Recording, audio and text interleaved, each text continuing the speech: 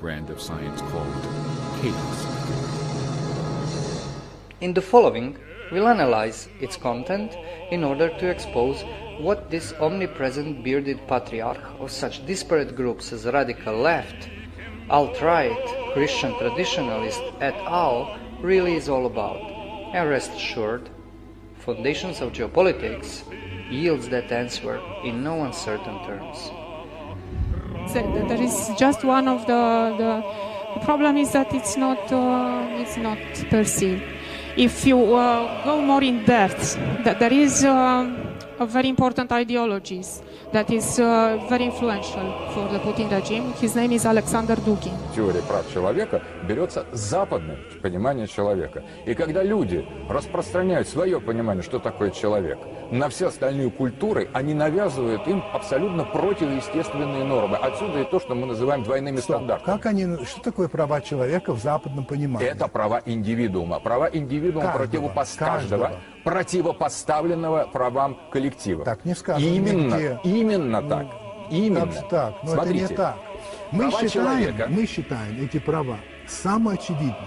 Что человек наделен своим создателем некоторыми неотъемлемыми правами, среди которых право на жизнь, на свободу и добывание счастья. Преамбула к Декларации независимости Соединенных Штатов, 1776 год. Что в этом есть расистского? Человек имеет право на жизнь, на свободу и на добывание счастья.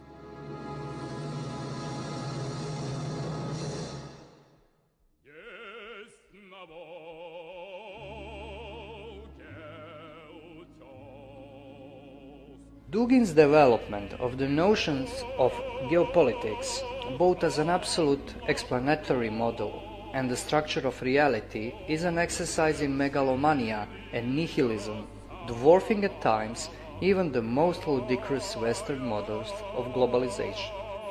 Alexander Dugin has given an interview for a Polish Catholic magazine Front. It was right before the election of Putin, and then the Polish journalist went back to Dugin to ask him about Putin, and Dugin said in that interview it does not exist in English. I think it's thanks to the fact that the Polish journalist was able to provoke him. Dugin said many things that he usually does not say. You have to understand that we, Russia and Germany, don't have any interest for a free Ukraine, independent Ukraine and independent Poland. Another thing that he said, and is very important, is that we need to destroy the West, both with the left and with the right. So we have to use the new left and the new right. These are Dugin's words. And there are many quotes backing this up. He talks about destroying Western liberalism, but it's also just destroying the West in general, which he is an ex-communist, if not still a communist. I would say he's a Bolshevik. I would just say he's a new Bolshevik, right? A modern Bolshevik. Dugin said no, but in Poland I would support any Masonic, any progressive, Catholic progressive movement in order to undermine Polish Catholic Church. So the Poles have just one choice. Either they consider themselves Slavic and come with us and give up their Catholicism, or they don't give up their Catholicism and they are going to be destroyed.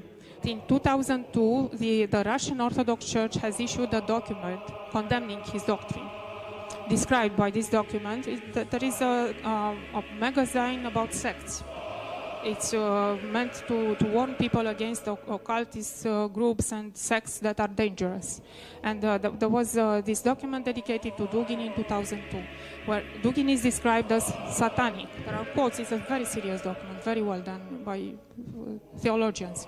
And they quote works of Dugin in which he describes himself as admirer, as a disciple of Aleister Crowley. In the age-old Hegelian dialectic, ordo ab chaos, the Freemasonic method, order out of chaos. And when you have an ex-communist Russian who's surrounded by Jews connected to Putin, on side with the alt-right, and basically he seems to be connected to everyone, sporting the chaos symbol, talking about destruction of the West and ushering in a new political theory, it seems pretty fucking clear to me what's going on here. And this is something you all should know about. This is something real. This is not fucking hearsay and people guessing. This is what's actually fucking happening. He's also a disciple of René Guénon, which is a group of some kind of Gnostic, occultist, Islamic tendency. Dugin is very close to Freemasonry, and he is apologetic of even of Nazism. So he wants to join the three things. The third Rome, which is Moscow Orthodox, but in the sense that Dugin understands by Orthodoxy. Third Rome, Third Reich, and Third International. Dictatorship. This last revolution is a concern of the Acephal, the headless bearer of the cross, sickle and hammer, crowned by eternal Son Felfat, unquote. This, quote, emperor of the end, unquote, is marked by the, quote, dialectical triad, unquote, which combines, quote, Third Rome, Third Reich, Third International, unquote. All the expectations of historic Russian messianic delusions combined with Jacobite aims of Nazism and Soviet Bolshevism purportedly find their highest expression in this new ideology, according to Dugin. So he wants to take everything that is good. I mean, good for him means destructive for us, from both Bolshevism and Nazism. Now, this Alexander Dugin is very much associated with the alt-right and promoted by them. Now, he is stated as he's all about destroying the West, right? That seems to be his main premise, that the West needs to be completely destroyed. He's directly connected to Putin, and he's pictured with Zbigniew Brzezinski, who is a globalist figure, a total new world order freak. His symbol, the symbol that Dugin sports and his followers, is the chaos symbol. And he often talks about how their purpose is to create chaos out of which the new order, I think we all know which new order that is, the new world order, will emerge. He also pushes the idea of fourth political theory, which I'll get into in a second, and Eurasianism. Now, what Eurasianism is to me, it looks like the death of Europe as an entity. It will be merged with Russia and Asia as a bloc to sort of a stepping stone towards global government, total domination, and the New World Order. Now, that's another thing about Spencer, right? Is that he has, there's a quote of him basically enthusiastically talking about the need for a new world order. Now, I don't know how many of you know about this. I don't have the exact quote, but if you go and look for it, you will find it. So there's audio of Richard Spencer comparing the alt-right to Bolshevism and enthusiastically talking about the need for a new world order. Now, that's suspicious, alright? And that's very fucking strange. They're satanic. Trump and Putin, you're saying, are not satanic. Absolutely. Now, quickly on to fourth political theory. Essentially, fourth political theory is about a rejection of all the political theories that have existed in the past. A rejection of communism, rejection of capitalism, rejection of liberalism. It's a new thing. Well, they say it's a new thing. To me, it's just the ushering in of globalism under a guise of a bunch of nonsense. So here's a few lines that have been translated from Dugin himself.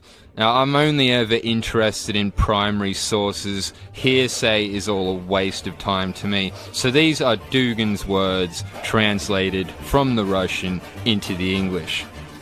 The essence of fourth political theory lies in that it rejects not only one of the political ideologies of the epoch of modernity, but all of them.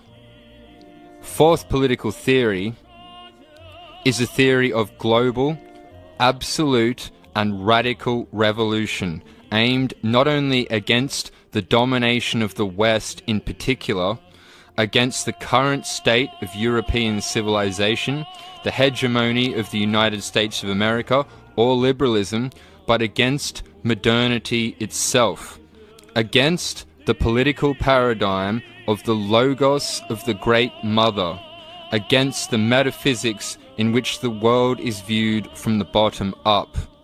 Now, you'd have to read about the mother, the son, the father, and all that in their political theory. It's, I'm not going to go into that all here. But basically, to me, this is just bullshit. It's all just destroying modernity, which a lot of people want anyway. But what comes after it, right, is what's important. And I think it's just globalism, it's global communism, it's Bolshevism.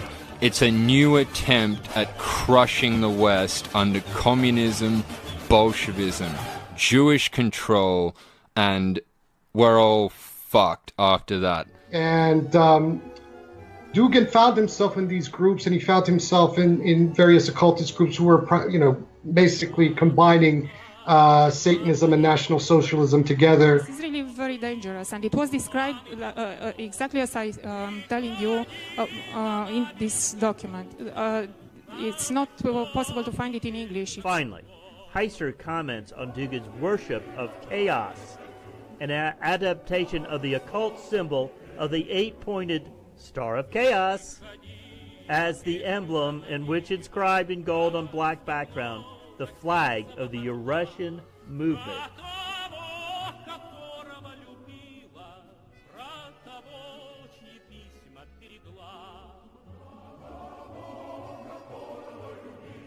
That direction was a new brand of science called chaos theory.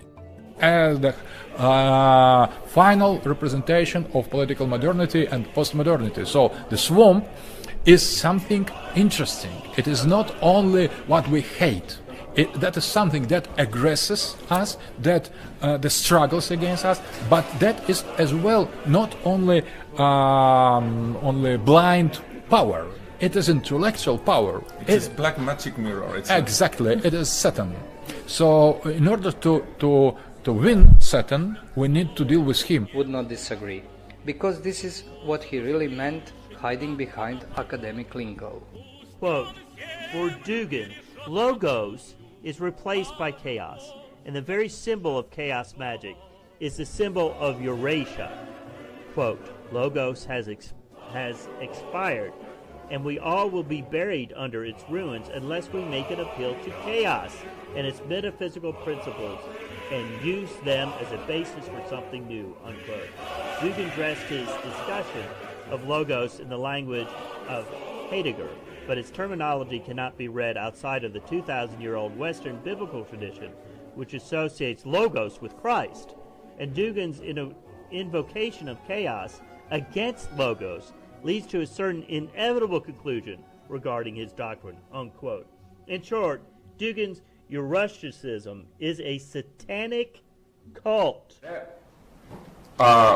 Rule of the international Jewry was recognized as the sign of the end of the time and as the representation of the rule of the Antichrist. The Bohemian swamp of Moscow and St. Petersburg in the 1980s, and quickly found himself within the far right and occultist scene simultaneously. For example, he became a member of the Pamyat party in the late 80s, which later it was revealed to be a KGB front. The Pamyat was a revival by ultranationalists of the Black Hundreds, which had been a kind of a white neo-fascist or fascist paramilitary during the Russian Civil War. While the most among the precious few relevant Western critics of Dugin focus on his occult and philosophical musings, Foundations of Geopolitics provides us with far more important thing, a political plan of creating the world empire with eschatological underpinnings he devised with the aid and approval of elements of Russian establishment. During the period as the Soviet Union is collapsing, the 1991 period, Dugin made various contacts with the New Right and some of the neo-fascist groups in Western Europe, particularly with the circle of Alain de Benoit in France, who is one of the most eminent New Right figures in Europe and has been since the late 1960s. When the Iron Curtain came down, when the Soviet Union finally imploded at the end of 1991, rather than rejoicing over the fact, like many of the nationalist dissidents of the former USSR, Dugin found himself basically lamenting this collapse of the USSR. And he was in the company of people like Lev Gumilev, who is actually the theoretician of Eurasianism, an eminent academic dissident that was in and out of the Gulag system in the former USSR, who developed this very kooky idea of Eurasianism. Being at the center of this global Eurasian empire is the geopolitical destiny, a manifest one in Dugin's eyes, of Russia and the messianic duty of Russian people. Anything less would be a treachery to the role bestowed upon quote-unquote Christ-bearing Russian saviors of the world by their geographical position at the center of the Eurasian landmass. And once the USSR went down, basically these very nationalist forces, who had in many ways been instrumental for the collapse of the Soviet Union, suddenly found themselves in the position that they wanted to revive it again. And that's when Dugin basically started climbing through the ranks of the new Russian Federation system within various political circles, both communist and nationalist circles. So he basically advocated for the fall of the Soviet ideology, but once it was gone, he lamented it. Готовы к тому, что наши евразийцы называли, или территория туранской цивилизации, отличная и от европейской, и от азиатской. Совершенно уникальная туранская цивилизация, тяготеющая на разных исторических этапах к интеграции. Это большая Россия. Можно ли говорить об исключительности в этом смысле? Ведь вы часто об этом говорите, так или иначе. Вот идентичность России состоит в том, что она не относится к западноевропейской цивилизации, не входит в ее круг. Она сама есть цивилизация, причем самобытная и равновеликая со всем Западом, а не только с одной из западных стран. Это говорит о некоторой исключительности. If they are not Russians, who they are then? Нет, это говорит только о том, что каждая цивилизация исключительна. Она говорит о том, что западная претензия Запада на то, что западный мир представляет собой всю цивилизацию и универсальные ценности, это претензия... у китайцев такие же претензии, если хотите. У китайцев тоже... Особая цивилизация. Это тоже особая цивилизация. Конечно, но ее претензии на мировое господство и утверждение китайских ценностей в качестве универсальных далеко не так навязчиво, не так масштабно, не так устойчиво, как претензии соответствующей западной цивилизации. Россия в данном случае отнюдь не претендует на то, что она исключительная цивилизация среди других. Она говорит, что это просто цивилизация, самобытная, имеющая собственную систему ценностей, собственную философию. И сравнивать ее надо не с Францией или с Германией, которые тоже между собой отличаются, а сравнивать надо со всей... He says the following: Russian man is absolute to such an extent that we cannot comprehend the meaning of existence of other peoples. Количество расистов, количество антисемитов велико, и, к сожалению, они нормальные, но они просто антисемиты или расисты, которые о черных говорят соответствующим образом, или же они все в определенной степени больны. Я думаю, что расизм – это просто форма патологического развития личности. Я категорически противник расизма во всех формах, но расизм бывает, кроме биологического, еще многомерный. Либерализм. If they are not Russians, who they are then? We are approaching to the second wave of replacement. There is the first replacement by refugees and immigrants of the traditional population of the Western country, not only Western, because this wave of the immigration as well threatens the other societies, not only Western one. But the second wave of replacement will be replacement of the immigrants by the robots. So millennials maybe are the last generations when their free judgments and free decision is and will still possible. He called this result the butterfly effect. Is collective identity. So, and we should make gender optional in order to reinforce, empower individual identity, to destroy collective identity. So, immigration and LGBT gender politics are two sides of the same liberal principles. And next step, that is already defined, that is a human identity. A butterfly flaps its wings, and 2 years later, a thunderstorm appears over Kansas. No flap, no storm.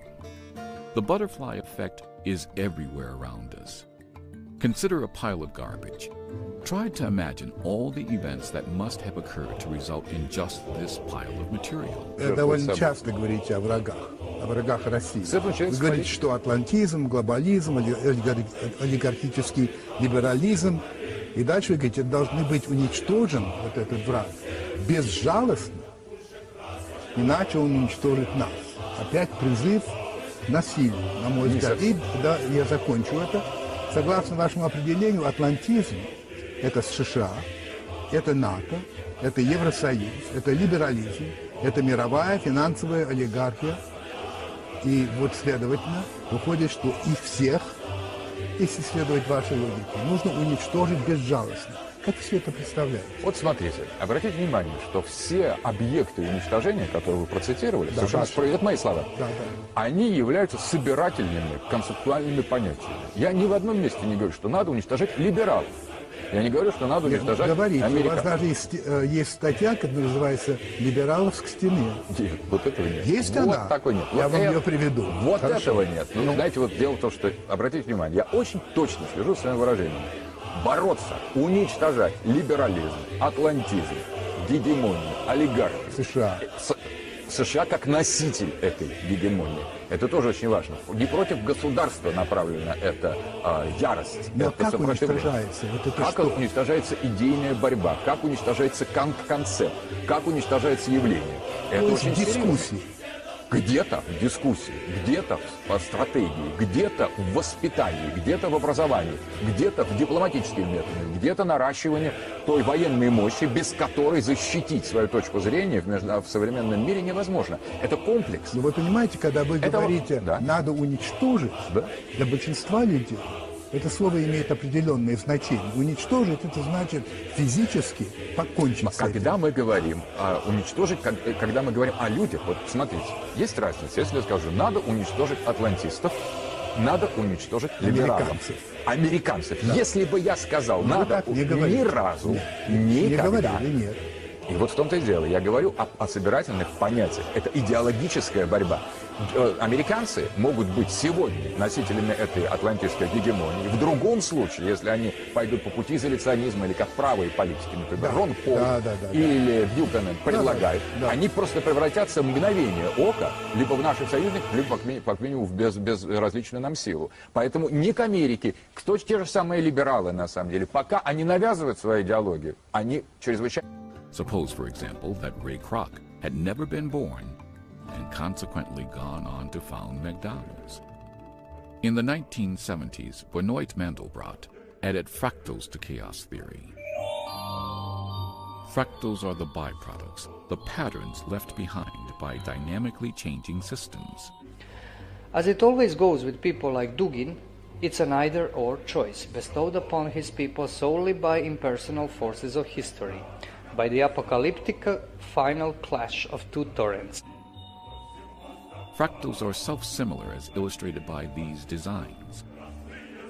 Their inherent property, as with clouds or coastlines, is that no matter how close or far away one gets, the basic pattern is always the same. the spiritual renaissance, rebirth of Russian Christian tradition after the time of Bolshevist or Antichrist oppression. So what now we are witnessing of a fulfillment of the tradition that was made before Bolshevists, but they were more or less identified, their rule was foreseen, and the end of this rule was predicted. What should go next? Rebirth of Orthodox Church and the rebirth of Russia. Precisely that the elders of Russian Orthodox Church say, affirm, that Russia will conquer Constantinople and free Hagia Sophia and restore it as Christian cathedral. But that will be in the animosity against Western Christianity that is recognized as a kind of fallen branch of our church. So it is all concerns only Orthodox Eastern Christian tradition.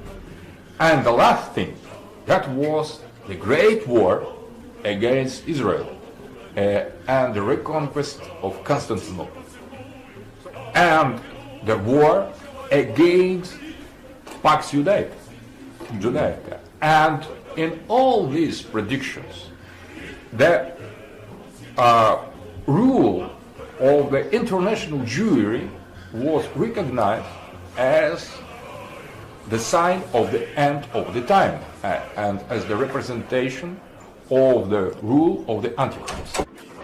Chaotic systems are deterministic, but inherently unpredictable.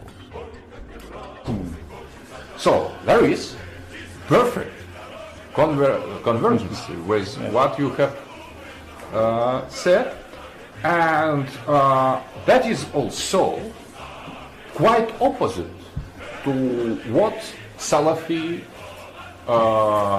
Muslims affirm, because they are for alliance with the West and against so-called Russian oppression against Muslim minority.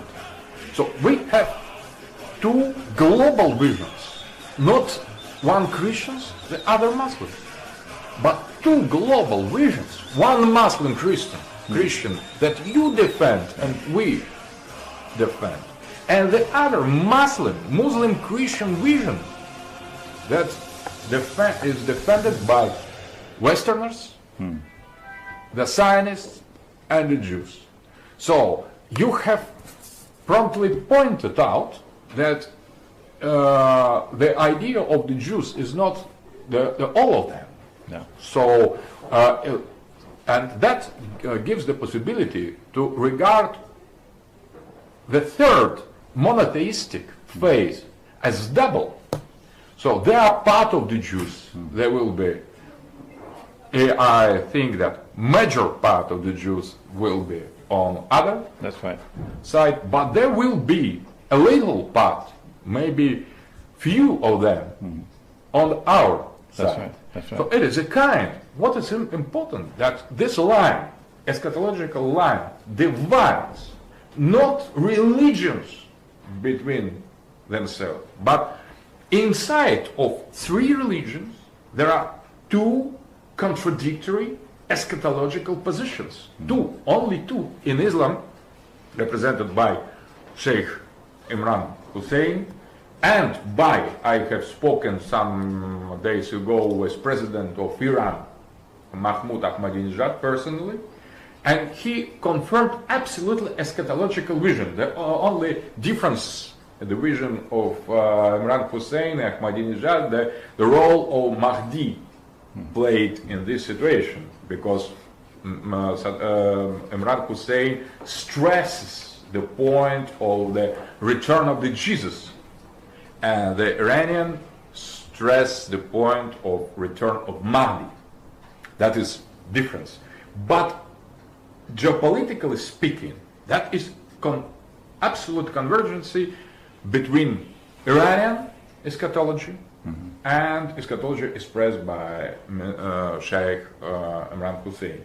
There is the same difference, the dividing line in Christianity, Western and Eastern, and there is the same line, more deeper maybe and not so obvious, inside of Judaism.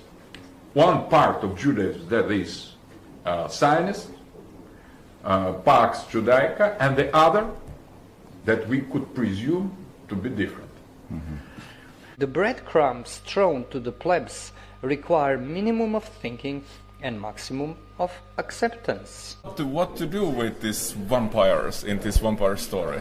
Have you read it? No, I don't like it. You should read it because there is this theory of your Donald Trump. It's a Ishtar, it's a goddess, and goddess has changeable head, and there is one of the protagonists which is gonna be the new goddess, and they're gonna bring her to place where to change the head, and this other protagonist is happy that now we get finally good goddess, which is a bright mind. But when they change the head, they put the spine to the deep state. And spine is deep state, and she immediately start to speak nonsense. Один Владимир Ильич Ленин. Вы рассказываете, что когда-то вы к нему относились исключительно плохо и даже водили своего сына плевать на его памятник, о чем вы потом сожалели. Недавно вы написали так: Ленин – трагический и мощный ангел, один из ангелов апокалипсиса, изливающий на дурелую землю грозное содержимое финального фиала. Ангел последних ветров, ангел крови и боли. Ну, поэтически замечательно. Вы в самом деле так расцениваете его? Смотрите, я полагаю, что советский этап нашей истории надо читать не идеологическим образом, а русским. Это не чья-то история, это не чье-то преступление. Какие-то приехали люди, устроили нам революцию. Это сделали наши предки, это сделали мы сами. И если это был ад, если это была кровь, если был это ужас, если был это парадокс, если все это нельзя рассматривать как чьи-то происки. Мы прожили эту драму, надо понять зачем, надо понять кто, надо понять, что мы сделали, почему мы это сделали. И вот когда мы относимся к Ленину, к Сталину, вообще к советскому периоду слишком легко, либо это все однозначно отрицая, либо, как я отрицал в юности, либо полностью это приемля, мы уходим от самого главного, от парадоксальности, двусмысленности, экзистенциальной травматичности вот этого периода. Это ваше описание ангела, это вот вы считаете... Но это же ангел, может быть, ангел зла. Может, посмотрите, он какой? Здесь двусмысленные, я думаю, что двусмысленный ангел. Есть ангелы света, есть ангелы тьмы. А есть ангелы, которые еще надо определить, какие они. И это не еще просто. Не выяснили. Вот давайте, я думаю, что это не индивидуум. Это должно быть внутреннее переосмысление советского периода. Geopolitics is the science of how to rule. End quote. Therefore, geopolitics in the broad sense is a hyper-ideology or political metaphysics based on the reduction of man and being in general on geographical determinations. It transcends Marxism and liberalism not because it is closer to the truth, because ideology has nothing to do with the truth at all, but because it is as far removed from the common human being and as close to the elites as possible. Объявить зону ответственности геополитической. Конечно, мы не нападаем на США, мы не можем продвинуть наши базы. Это невозможно. То есть без того, чтобы начать третью мировую войну. Да, но я имею в виду позиционно не нападаем. То есть мы не продвигаем наши военные базы ближе к их территории. А как это можно сделать? Там никто их не примет. Вы же понимаете, это совершенно другая ситуация. Куба. Однажды мы пытались это сделать. Пытались? И вы помните, что было. Пытались, и это была симметричная система. Я хочу вас спросить, когда вы говорите, что Америка падает, Америка скоро рухнет, мы не можем себе представить, насколько плохи дела в Америке. Вы верите своим словам? Безусловно. Вот это безусловно. То есть, если сравните, например, ВВП Америки сегодня, то по самым скромным подсчетам только в этом году она вырастет на 2,5%. Мы говорим, что у нас в этом году, дай бог, 0,5%, а может быть 0. И мы, это я имею в виду наши специалисты, экономисты, министры и так далее. Они падают, а мы что? Как это понимать? Давайте обратимся к Шумпетеру. Он говорил, экономист, очень интересно, он говорил, что есть одно дело экономический рост, а другое экономическое развитие. Рост не главный показатель экономики, это определенная либеральная модель подсчета. Если включить туда другие факторы, которые на самом деле, например, фактор психологического комфорта, который американцы подсчитывают, включая свой ВВП. Это называется качество жизни. Качество жизни. И подчас потом внешний долг, который Америки гигантский. Вообще система того, как существует американская экономика за счет стратегического доминирования в глобальном масштабе, вот это все создаст совершенно иную картину. И если хоть кто-то размера такого, как Россия, например, или Китай, бросит вызов этой системе, то я думаю, что американская гегемония, и в том числе американская экономика, и ее рост, на самом деле, немедленно покажут совершенно другие цифры. Насчет России у меня серьезные сомнения. Насчет Китая, да, я думаю, что вообще... Foundations of Geopolitics is a book displaying singular will, completely bent to fulfillment of its purpose, with no scruples, and no reflection on consequences or indeed its own contradictions. The fact that this will comes originally from the fringe makes it, in the light of current zeitgeist, even worse. In the next episode, we'll analyze both the background of Dugin's project, i.e. the theoretical background of Foundations of Geopolitics, and outline his plan for world conquest. Because, as is already obvious from the principles we have laid out above, there's no other term to use about his geopolitics but this. It's either or. Because after all, quote, in contrast to imperial Rome, Moscow, Russia, in its imperial impulse, possesses deep teleological, eschatological meaning. Hegel developed an interesting notion about absolute idea in eschatological situation has to manifest itself in the final conscious mode as Prussian state. However, in planetary sense, both Prussia and even Germany are geopolitically insufficient to have a serious relationship towards fulfillment of this notion. Therefore, Russia, the Third Rome, perfectly fits this teleological outlook on the essence of history in the religious, cultural, spatial and strategic sense, obviously striving towards the fulfillment of precisely such mission. Hegel's absolute idea is in the case of Russia a spiritual root of empire building, striving towards the civilizational conquest of Eurasian continent. It is meaningless to apply such serious Hegelian criteria to nation-state. That obviously presupposes the existence of other nation-states. It is fairly absurd to endow such relative structure with absolute value. It is not an accident that ancient empires were dubbed holy. The quality of holiness was bestowed upon them by task to fulfill the special spiritual mission set in advance by the archetype of empire of the end, the continental empire of absolute idea. End quote. Well, let us recall, quote unquote, the planetary rule of the Third Reich as a premonition of Eurasian empire. Therein you have an explanation what this means. Nazism was botched attempt at creating the global ideocratic empire simply because it was based on the supremacy of one nation. To the contrary, Third Rome is a civilization that can successfully bring this task to its fulfillment and inaugurate the empire of the end, the term Dugin appropriated from his mentor Jean Parvulescu. As we won't go into occult shenanigans that gave birth to this idea, we'll just point out something that will be demonstrated by other means in the second part of this analysis. Namely, Dugin's appropriation of the history of geopolitics clearly reveals that the real theoretical foundation of his Neo-Eurasianism is not to be found primarily either in the classical Russian Eurasianism of Trubetsky et al., or in the Eurasianism of Lev Gumilev. On the contrary, it stems essentially from the Western post-Nazi tradition, mediated by European New Right, most notably from the idea of national Bolshevism.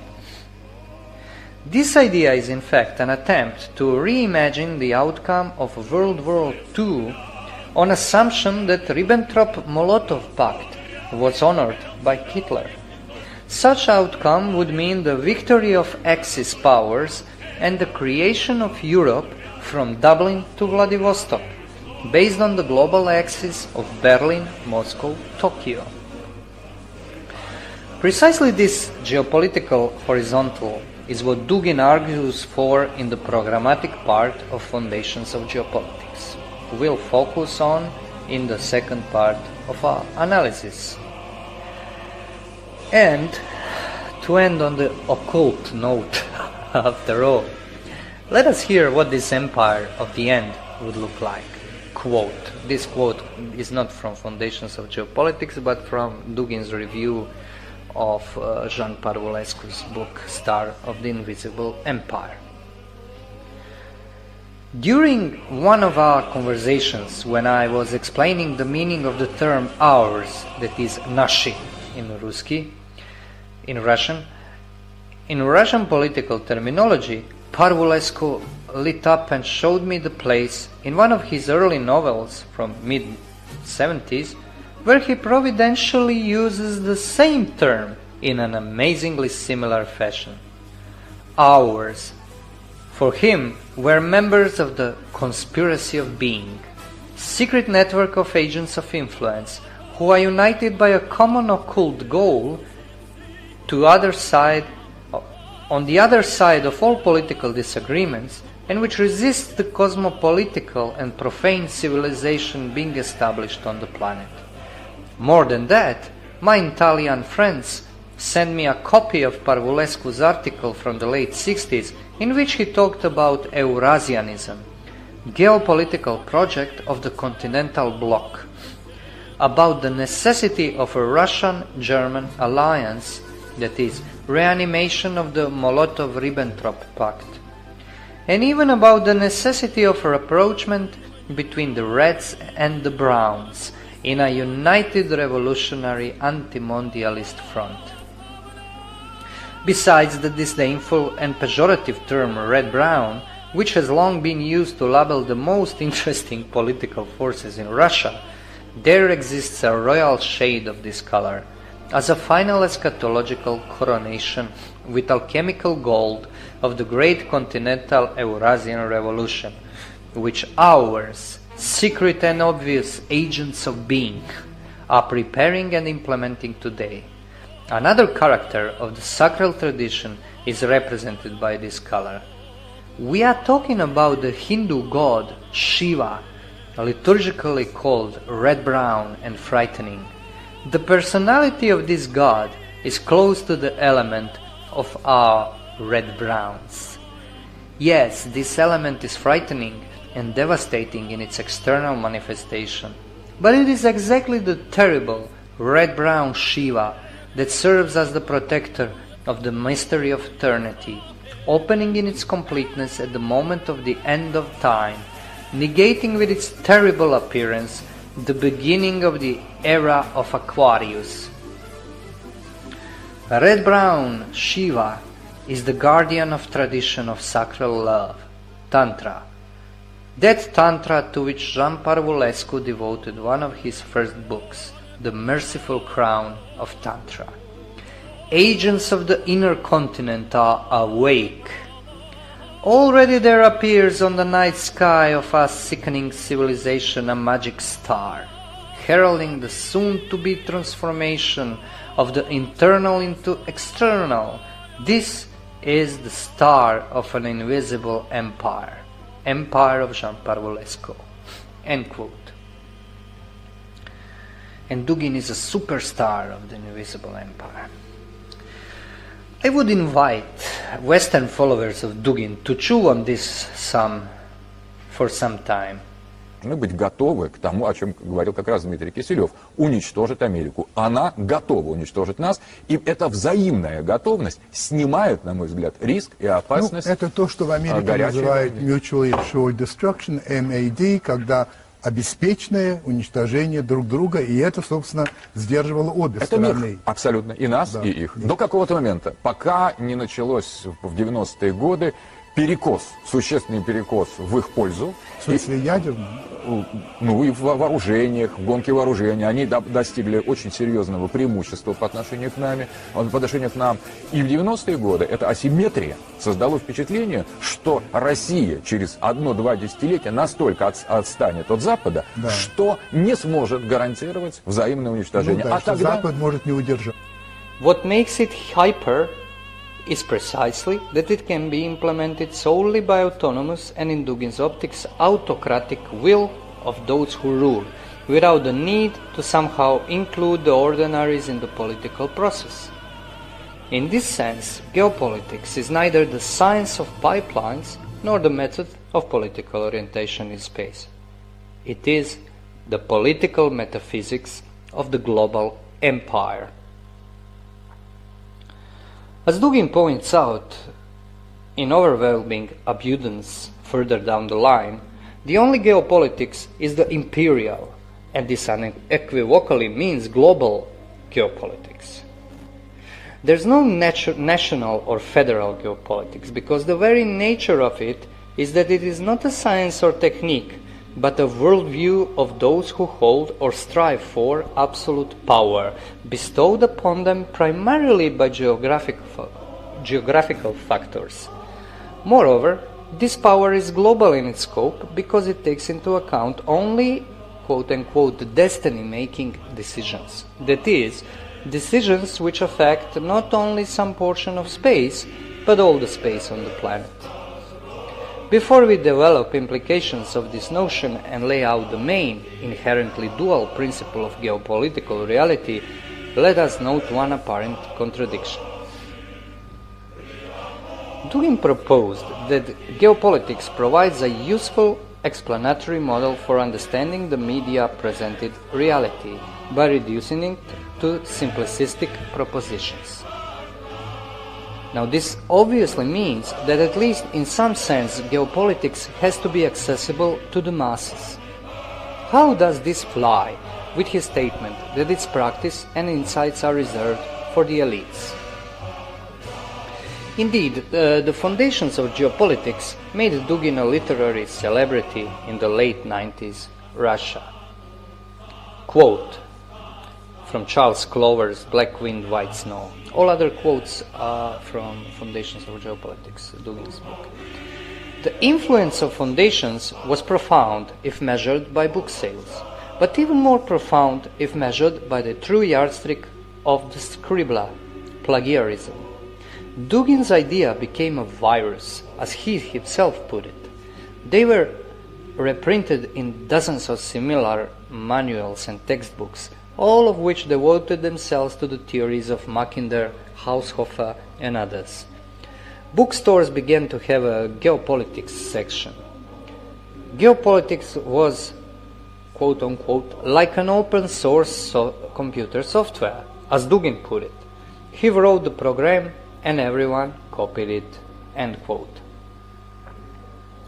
Well, bearing in mind that the virus metaphor comes from author's interview with Dugin himself, one has to wonder, how come the book intended for the elites was so widely read by the plebs that it was sold out in 4 editions and that it produced a virus-like torrent of copycats? For one thing, it tells us something about the mass-reading habits of so-called Christ-bearing people. But also it proves Dugin's point.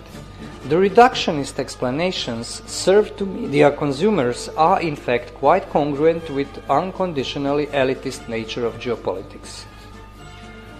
While Marxist or liberal governments treat their subjects with cartoonish economical explanations, the empire, based on geopolitics as its civic religion, treats them with explanations for imbeciles, because that's how it is bound to act from the inaccessible height of power.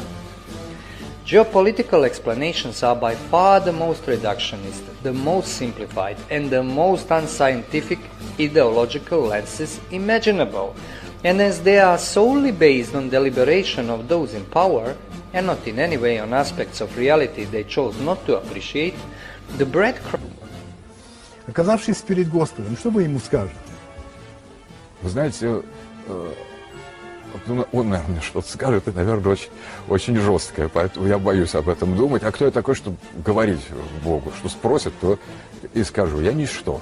И, скорее всего, меня как бы отправят по месту назначения. Но не думаю, что это будет сам Бог. У него же еще много заместителей, и ангелов, и разных духов, которые занимаются такими, мало, мне кажется, значимыми существами, как мы. History is something you can reduce to total war of torrents. It's because he's so crazy that he appears sane. The long road to the discovery of the simplicity behind the complexity of everyday life had been reversed. Using a computer, one could start with a simple system, such as colored squares on the board that change by simple and known rules.